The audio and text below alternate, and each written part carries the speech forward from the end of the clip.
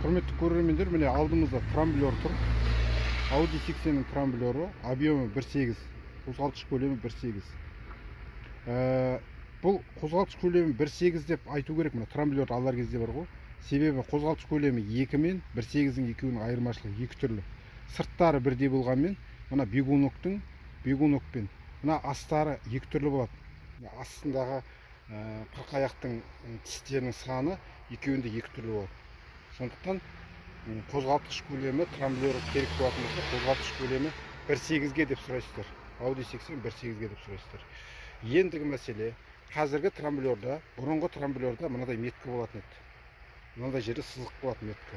Бұл нені білдіреді? Бұл бірінші цилиндрге баратын, мына бірінші цилиндрге шығатын провод бар ғой. Сол проводтың тұсын білдіреді. Ал қазіргі нелерде жоқ. Қазіргі неде меткі жоқ. Оны енді қалай саламыз меткіні? Меткіні өзіміз қолдан саламыз. Крышкеге қараймыз. Крышкеде трамблер өзі крышкісімен бірге келеді. Қайда жа крышкісі? Неке. Трамблер өзі крышкісімен бірге келеді. Крышкісін қараймыз. Мына крышкеде кейбіреулерінде сандары болады. Қай не кіретін кірісі, мысалға бірінші цилиндрдікі, екінші цилиндрдікі 3-4 қайсысы екен, оны да жазулы тұрады кейбіреулерінде.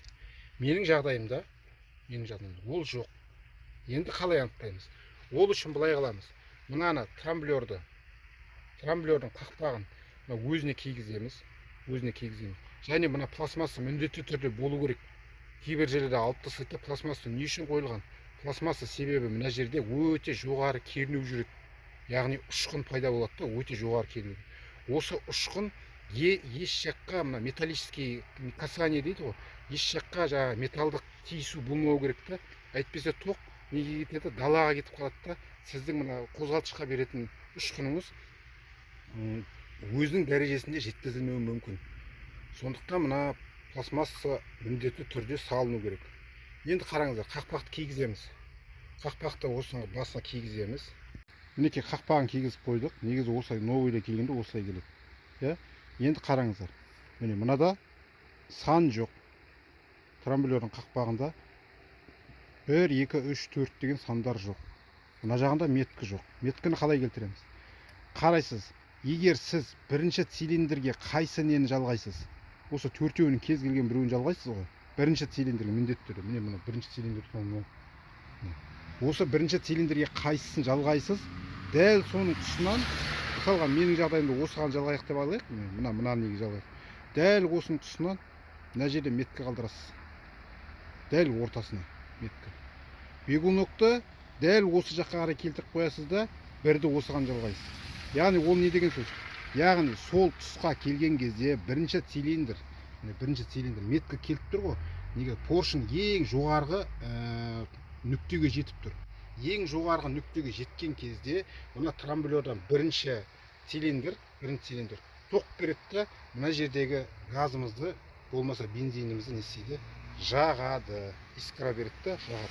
Дәл сол неге дәл келу керек қой? Жоғарғы нүктеге жеткен кезде мына жерде искра пайда болу керек бізде. Ұшқын пайда болу керек та, осыны жағу керек. Демек, біздің жағдайымызда қазір міне осыны алайық.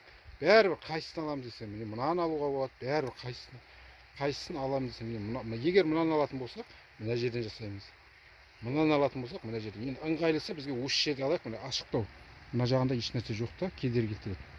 Осы жерді алайық. Осы жерге меткі қалдырамыз. Мінекей, жаңағы қақпағын салып қойдық та, бірінші цилиндрге баратын проводтың тұсынан мынадай алып меткі қойдық. Енді осы меткіні міне жоғары жаққа қарай сызамыз. Мына жерге үстіне қарай сызамыз. Себебі бізге бегунок салған кезде ол көрініп тұру керек та бізге. Қай тұсқа келетін. Сондықтан міне әрі қарай жалғастырып оны сызайық.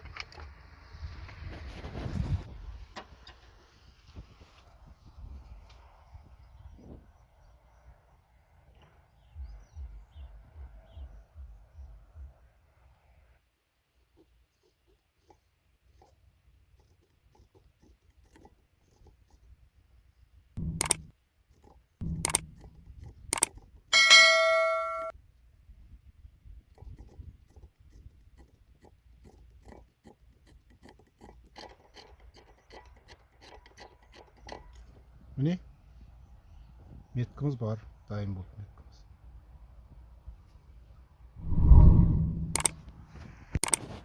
Мінекей трамблерді орнына салып аламыз. Иә, орнына салып аламыз. Өзімізге қалай ыңғайлы солай қойып аламыз. Мінекей қараңыздар. Алғашқы тұрған уақыты қалай еді? Мына датчик холланың проводы бұрған кезде, раннийге неге қойған кезде, позднийге қойған кезде тірек қалатын еді бұл қозғалтқышқа. Мына жерде тұрды. Қазір еркін тұр, қараңыздар. Өзіңізге ыңғайлы, қалай ыңғайлы. Әуел қойып аласыз, штекер қай жерге түседі, сол жерге қойып аласыз. Содан кейін мынаны өзіңізге ыңғайлы жаққа қарай бұрайсыз. Қай жерге ыңғайлы сізге? Мына жер ыңғайлы ма? Былай қарай ыңғайлы ма? Тек ескеретін нәрсе бар. Мынаны қозғаған кезде тек мынаны ғана ыңғайлы жағын қарамаңыздар. Мына бекітетін де қараңыздар. Қақпақты бекітетін жағы бар. Мына қуыста қалып қоймасын. Мысалға мен үшін ыңғайлы міне қазір. Осы тұсқа қойын. Ыңғайлы, иә? Қараңыздар. Ендігі мәселе міне трамблердің меткісі кетіп қалды. Трамблердің меткісі негізі міне сызық тұр ғой. Қолдан сызып алған сызығымыз анау. Қазіргі новый трамблерді мен меткі болмайды.